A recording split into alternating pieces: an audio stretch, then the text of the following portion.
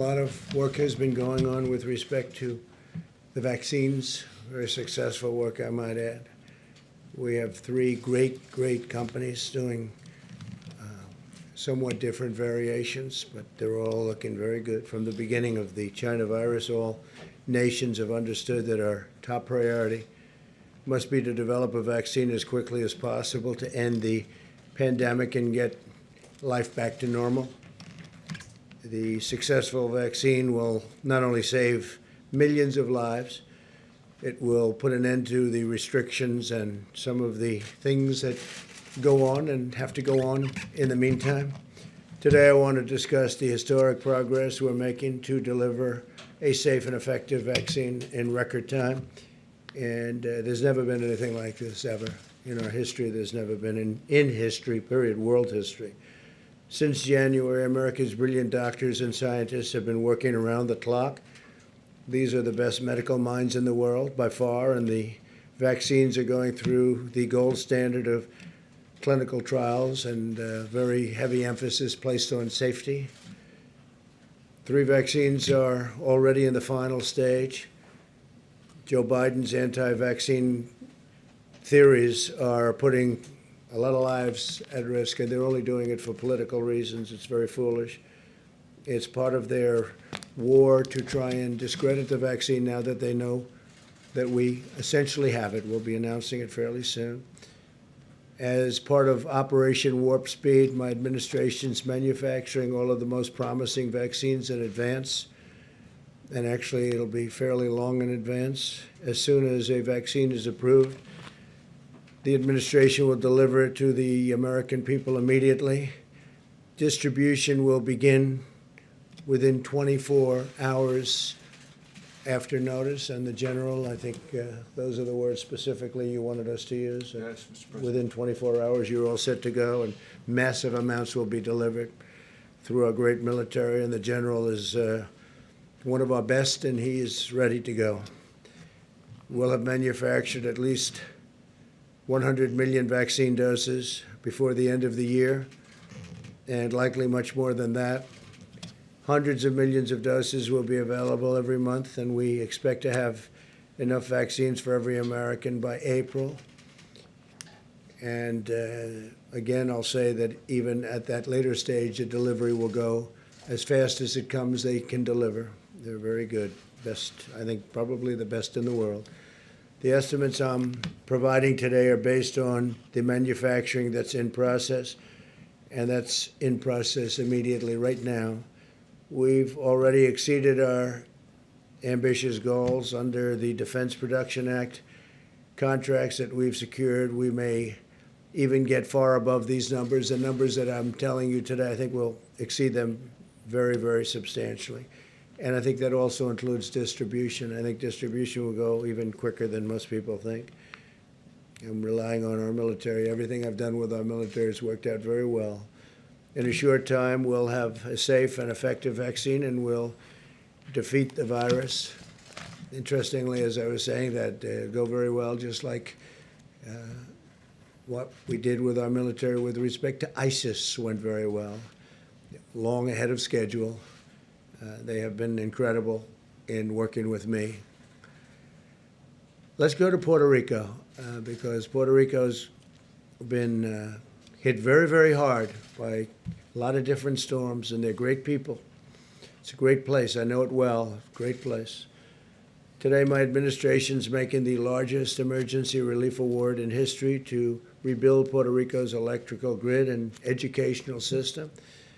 We're awarding $13 billion to permanently repair and replace thousands of miles of transmission and distribution lines that should have been done many years ago.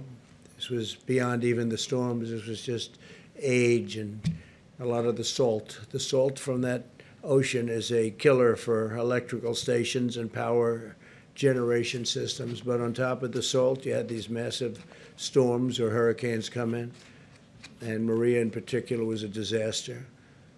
But for many years, they've been trying to get this done, and they have had the political willpower in Washington to get it done, so we're going to get it done for them. We're also going to be bringing back very, very major amounts of medical work. You know, we used to have pharmaceutical manufacturing at levels that few places had, and a lot of it's left Puerto Rico, and we're going to bring that back, especially now since our emphasis is going to be making our product. So we're going to bring pharmaceutical manufacturing back to Puerto Rico. A lot of it left over the years, over a long period of time. It's been leaving and going to China and other places. So we're bringing all of that back. This was done in previous administrations. I'd like to just point out we've done more for Puerto Rico than anybody, and this is just an example of it, but we've done more for Puerto Rico by far than anybody. We'll also be launching a major effort to repair and renovate the schools across the island. Following Hurricane Maria, my administration immediately deployed the full power of the federal government to bring the electric grid back online so they could at least temporarily, and it certainly wasn't a permanent fix. It was ripped to shreds, but a lot of that was ripped to shreds long before even the storm came in. For many, many years they've been trying to do it. But we wanted to restore water supplies, and we did make emergency repairs to critical infrastructure, which we took care of, and save countless lives, which we did. FEMA's response in Puerto Rico included the longest sustained air mission supplying food and water in American history. We supplied it for long after the hurricane was gone, the largest disaster commodity distribution mission in U.S. history and the largest sea bridge operation in federal disaster aid U.S. history. My administration's also pre-positioned vast quantities of relief supplies for the future disasters. But unfortunately, Puerto Rico's in the way of a lot of different storms, a lot of hurricanes, and the island is now stocked with nearly 8 times as much drinking water and 13 times as much food as it had before I took office, so they're ready to go if something should happen. They got brushed by a storm recently, but they're in a good position. So we're going to bring back medical distribution and manufacturing to Puerto Rico, and at a level far greater than it was before. And it's been emptied out. It's been largely left the island for many years. One point it was the talk of the world, and now it's the talk of the world in a different way. We're bringing it back, so we're going to be bringing it back from various other parts of the world. It's going to Puerto Rico, and I think that's going to be very exciting for the people. And we're undertaking the largest federal investment in Puerto Rico's history. So you have a lot of, I have a lot of friends in Puerto Rico, and I've told them about it, asked them about it. Conceptually, what do you think? And they're very excited. I just want to say, by contrast, Biden's devastated the island of Puerto Rico. Joe Biden, what he's done to Puerto Rico, meaning the past administration, is devastating. In 1996, Biden voted to eliminate a critical tax provision that had allowed Puerto Rico to become a dominant player in global pharmaceutical manufacturing. That's what happened.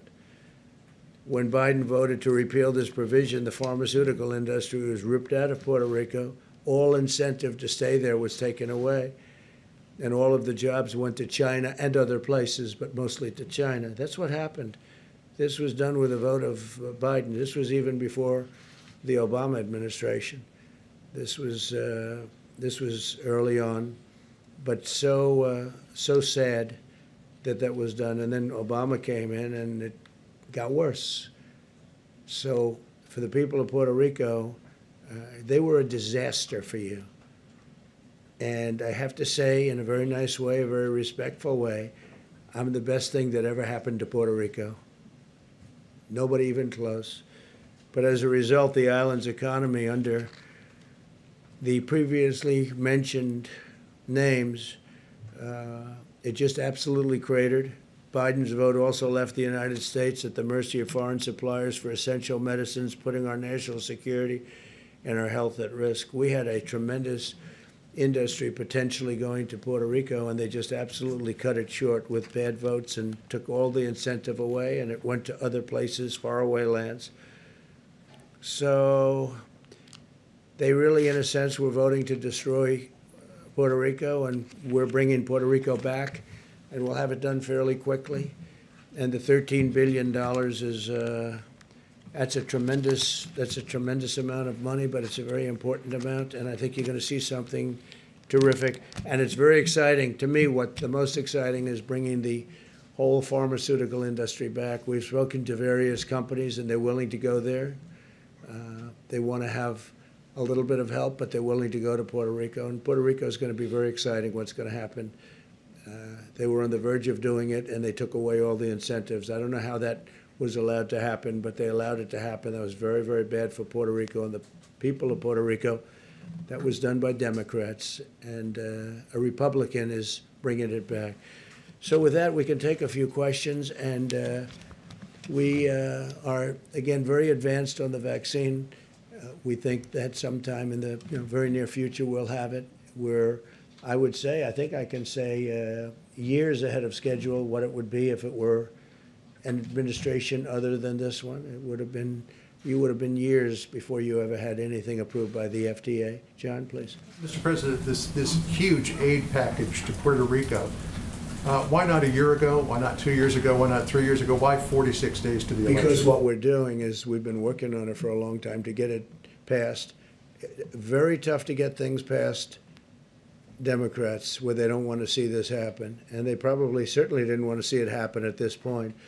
But it's a big package. It's a great package. And I think the most exciting part of the package isn't necessarily the billions of dollars. It's going to be what we do with the pharmaceutical industry. We're going to get them back into Puerto Rico. They liked being there, but they changed the tax situation. They ripped it out. So they really ripped apart the island. And we're going to bring it back, John. It may be simply coincidental, but it does coincide with the big push for Puerto Rican voters that the Biden-Harris campaign. Yeah, I think that that's, well, they can't do anything. Look, the Biden-Harris campaign, what they did, they hurt, I've gone through it, and whether it was President Obama or Vice President Biden, they were a disaster for Puerto Rico, a disaster.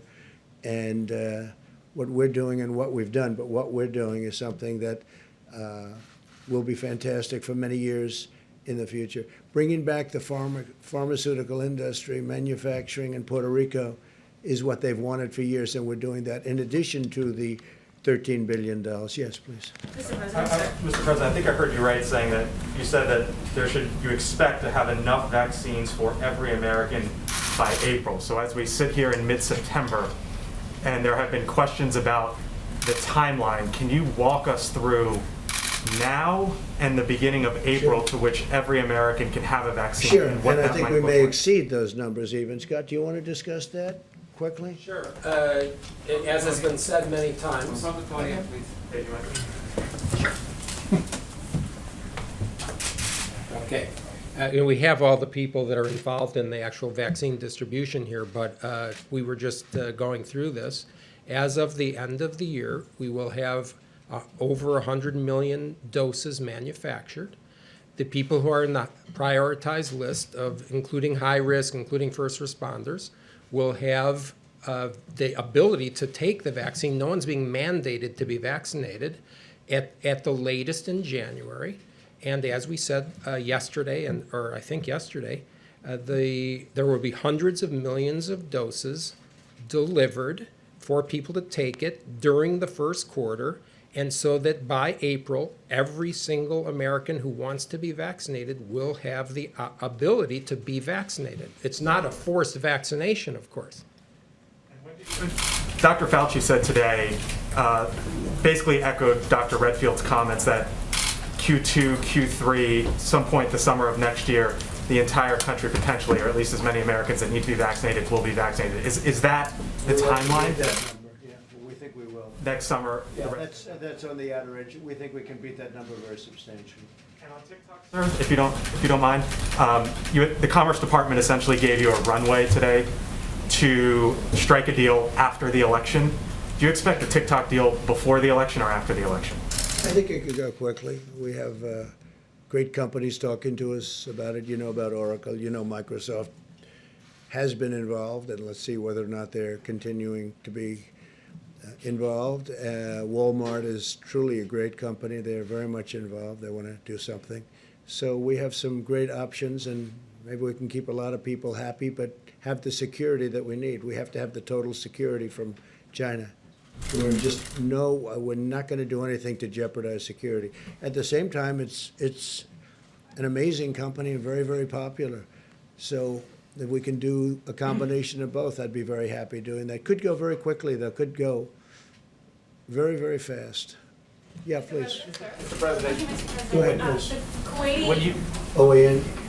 Thank you, Mr. President. On Kuwait. So the Kuwaiti ambassador to Austria this week told the IAEA that the Kuwaiti government is very concerned over Iran's constant breaching of the JCPOA. In your discussions with the Kuwaitis today, have you discussed where they stand this week as we go into the UN, as the United States tries to extend sanctions on Iran? Well, they just left my office, as you know, the Oval Office, and we had a very good meeting with the Emir, and I think we understand each other very well. They're very excited about a lot of things that are happening in the Middle East. They are so excited that we signed the first two countries, and I think they'll end up fairly quickly being a part of it. I would say 7 or 8 countries that want to be a part of it without even working very easily, very quickly. Nobody thought this would happen, and not only is it happening, it's happening rather easily. We discussed that very briefly because that's an easy one. Believe it or not, that whole thing is now a beautiful puzzle that's coming together very nicely. But we are talking to them and others about various aspects of the Middle East. The Middle East is straightening out with all that's happening. You know, we've brought a lot of our troops back. A lot of them are coming back in the very near future. We're out of Syria, other than we kept the oil. I kept the oil. And we have troops guarding the oil. Other than that, we're out of Syria. We took them off the border between Syria and Turkey. We had a lot of troops on the border. Ultimately, we got it down to 50, and I thought they were in great danger when you have 2 armies sitting there looking to fight, and you have 50 people in the middle. I don't care who you are, even if you're the U.S., those 50 people are in great danger. We took them out. But we had a lot of troops on the border, and we took them out. I said, look, they've been fighting on their border for 200 years, and a lot longer than that under different names, and they can continue to do that. That's not for us. We're guarding our own borders. We're doing very well on our southern border, as an example. So we're out of Syria, except we kept the oil, and we'll make a determination. We'll probably be dealing with the Kurds on the oil and see what it all ends up, but we'll be out. And very importantly, we're down to very few soldiers in Iraq, and we'll be down very shortly over the next couple of weeks to 4,000, less than 4,000 in Afghanistan. And then we'll make that final determination a little bit later on. We're dealing very well with the Taliban. They're very tough, they're very smart, they're very sharp. But, you know, it's been 19 years, and even they are tired of fighting, in all fairness. And we really served as a police force, because if we wanted to do what we had to do, we would have fought a lot differently than they have over the 19 years. They didn't fight it properly. They were police, okay? They're not police, they're soldiers. So there's a difference. The police, nobody has more respect for police than I do, but they have to do their own policing. So we're having some very good discussions with the Taliban, as you probably heard. It's been public. And but we'll be down to, very shortly, we'll be down to less than 4,000 soldiers. And so we'll be out of there, knowing that certain things have to happen, certain things have to be fulfilled. But 19 years is a long time, 8,000 miles away. 19 years is a long time. And the Middle East, the whole Middle East equation, if you look at what's happened, if you've looked at the stupidity of decisions that were made, including the deal that was made, I mean, take a look at what happened with Iran. Had that deal stayed, had I not broken that deal, you could have never done the deal that I'm doing now, where all the countries are pouring in. And I had 2 calls this morning with countries that want to know, when can we go into the deal? They want to go. It's not that we're giving anything. They want security. They want peace. And they're really tired of fighting. It's incredible. They're tired of fighting. They've been fighting for so many years. They're tired of fighting. Thank you very much. Mr. President. Mr. President, a question on the vaccine, but first on Puerto Rico. I heard you many times over the past couple of years saying that Puerto Rico got too much money. I mean, just last year you said Puerto Rico is one of the most corrupt places on earth. Well, Talked that's about how true. Congress That's had sent true. too They much have been. money. John, But you You said never again. You said Congress gave too much money to Puerto Rico. Why now are Because we're you? building it up as a great medical, pharmaceutical, manufacturing area where, we're going to be taking back a lot of the business that we let go for years. And we're going to bring it back. They were very good at it. They did a fantastic job, but they destroyed it with their tax policy. They made it impossible for people to stay, so people went to China mostly and to other countries.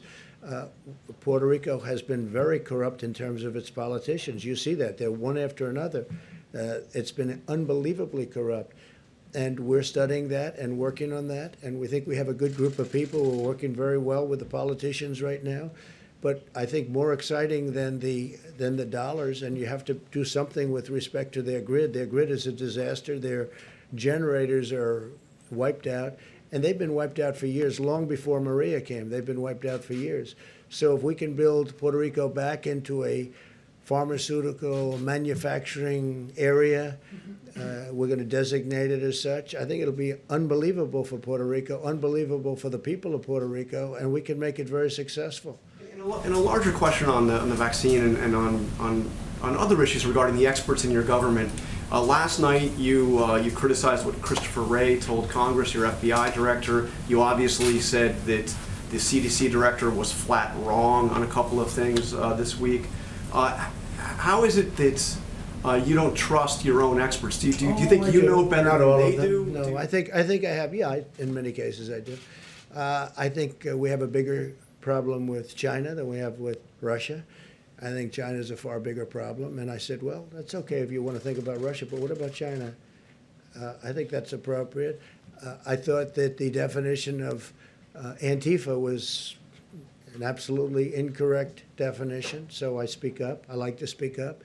I have fantastic people. That's why we're able to make these great trade deals. That's why we're able to do things like we're doing today. That's why the country has done so well. The country's done numbers like nobody. Had we not had the China plague come in, if that virus didn't come in, the plague, I call it, the plague from China didn't come in, the numbers we had were not only record-setting, they were beyond anything anyone's ever seen in any country, frankly. Now, we closed it up, and now we're opening it up. And by the way, the Democrats ought to open up their states, and they ought to open them up fast, John. The faster the better, because they're hurting their people. A lot of damage done with these extended shutdowns. But we saved millions of lives by doing it the way we did it.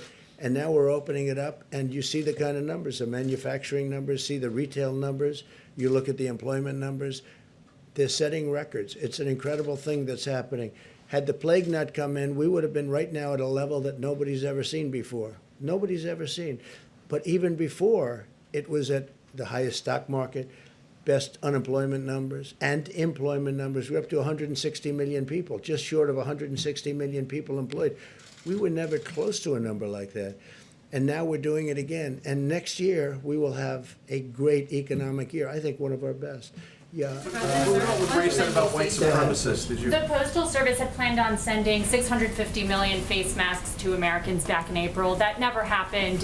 Why not? And was it because I you don't were... know. I don't run it, to be honest. That's run, as you know, that's run by a commission, and they run it. I think, frankly, if they would raise the price of packaging, you'd end up making a lot of money or breaking even or doing something. The post office has been a mess for many, many generations, but for certainly decades, and it loses a lot of money. It's always lost a lot of money. And one of the reasons it loses a lot of money now is that it's delivering all these packages, and every time they deliver a package, they lose $3 a package or whatever the number may be. So I would suggest that they raise the price of packages, and you might get something where it loses very little, or maybe broke even, or maybe even made some money. Can you imagine a thing like that? And whether it's Amazon or any of the other internet delivery services, if you did that, you'd have a whole different post office. So hopefully they'll be doing that. In the meantime, I know so many people in the postal system, and I've known them over the years. They're incredible people. And they're very secure. They're going to be very secure. You know, the problem they have with the ballots, not the post office, the problem they have with the ballots is the people sending the ballots and the people counting the ballots. And who are they sending them to? Where are they being sent? Are they being sent to the wrong areas? Are they not being sent at all? There'll be tremendous corruption if they don't do something about it. Now, one big hope is that we're in front of numerous federal judges in Nevada. We're in front in Pennsylvania, as you know. We're in front in Michigan. We have numerous court cases out there that are very well advanced, and you'll start seeing decisions, just like we won the case on opening up Pennsylvania. That was a great decision by a judge that came down 2 days ago, and that was a very important decision. So, but we have a lot of very important decisions coming down on this, on the scam of unsolicited ballots, where they're sending out tens of millions of ballots to everybody, people that didn't expect them. People are getting inundated with ballots. They'll be showered with ballots. Everybody in this room knows it's a scam. Okay? Everybody in this room, even John. Don't say it, John, because What's a it's a scam? scam. Sending ballots at a level, Scam? they are never going to be able to count them. Let me ask you. Your officials vote by mail, sir? People in the White House vote by mail. Are they part of the But scam? that's different. That's called solicited. When you solicit, when you go out, it's called absentee or solicit. When you go out and you request a ballot, you want to say, I want to vote because I can't be in Florida or I can't be someplace. You request. So you're sending something in. It's handled professionally. They send it back. It's a whole thing. That's much different than unsolicited. When you get millions of ballots, I heard numbers like 80 million ballots. Now, just this week, they had another one of the disasters that took place, an election. But look at what happened in New Jersey, and they had another one in New Jersey, very, very bad, different than Patterson. Look at what happened in New York with Carolyn, your Congressman, Murphy, Maloney, Carolyn Maloney. Look at that. I mean, look at that race. Carolyn Maloney had a race. It was a disaster. Ballots are missing. Ballots are fraud. These are small races. Look at what happened in Virginia. Look at what happened at various other parts of the country, even over the last short period of while. And these aren't 80 million or 50 million or 20 million votes. These are small elections. These are congressional elections where, in theory, it's easy. So what's going to happen on November 3rd when somebody's leading and they said, well, we haven't counted the ballots. We have millions of ballots to count. It's a disaster. Everyone knows it. Everyone knows it's a disaster. And I don't expect people here to say, although some people will, some people would say it. Everyone knows. You don't even have to know politics to know. And this has nothing to do with post office, by the way. Where are these ballots going? Who's sending them? Who's signing them? You have in Nevada, you have a governor that signed something where he doesn't even want verification of the signature. So what does that mean? So he doesn't even want verification of the signature. So I think it's going to be a terrible time for this country, and we're counting on federal judges to do a great constitutional job when they're right now analyzing it. Many federal judges, like I think 5 or 6, but many federal judges, I can tell you in Pennsylvania, big, in Nevada, very big. I believe it's in front of a judge in Michigan. We have a lot of judges have not yet ruled on this, but if it's ruled in a different manner, or it's ruled where these millions and millions of unsolicited people that aren't even asking, there's such a difference. You write in, you ask, they send it to you, you sign it, you send it back, that's perfect. That's absentee. There's nothing like going to the voter booth, by the way, nothing, where they check you as you go in. There's nothing like that. But that's absentee, that's okay. But this scam of sending millions and millions of ballots, and you know who knows this better than I do? The Democrats. They know it's going to be a mess. They know they're going to be millions of missing ballots or tremendous numbers of missing ballots. You could be talking about large percentages of these ballots are going to be missing. There's going to be fraud. It's a disaster. And everybody, and it'll be a lot easier for me not to bring it up, but everybody knows I'm right. And you don't have to know a lot about elections. You don't have to know a lot about politics. This is going to be the scam of all time. And hopefully the federal judges, all respected, all highly respected, hopefully they'll be able to see this clearly and stop it. Okay, thank you very much, everybody. So I want to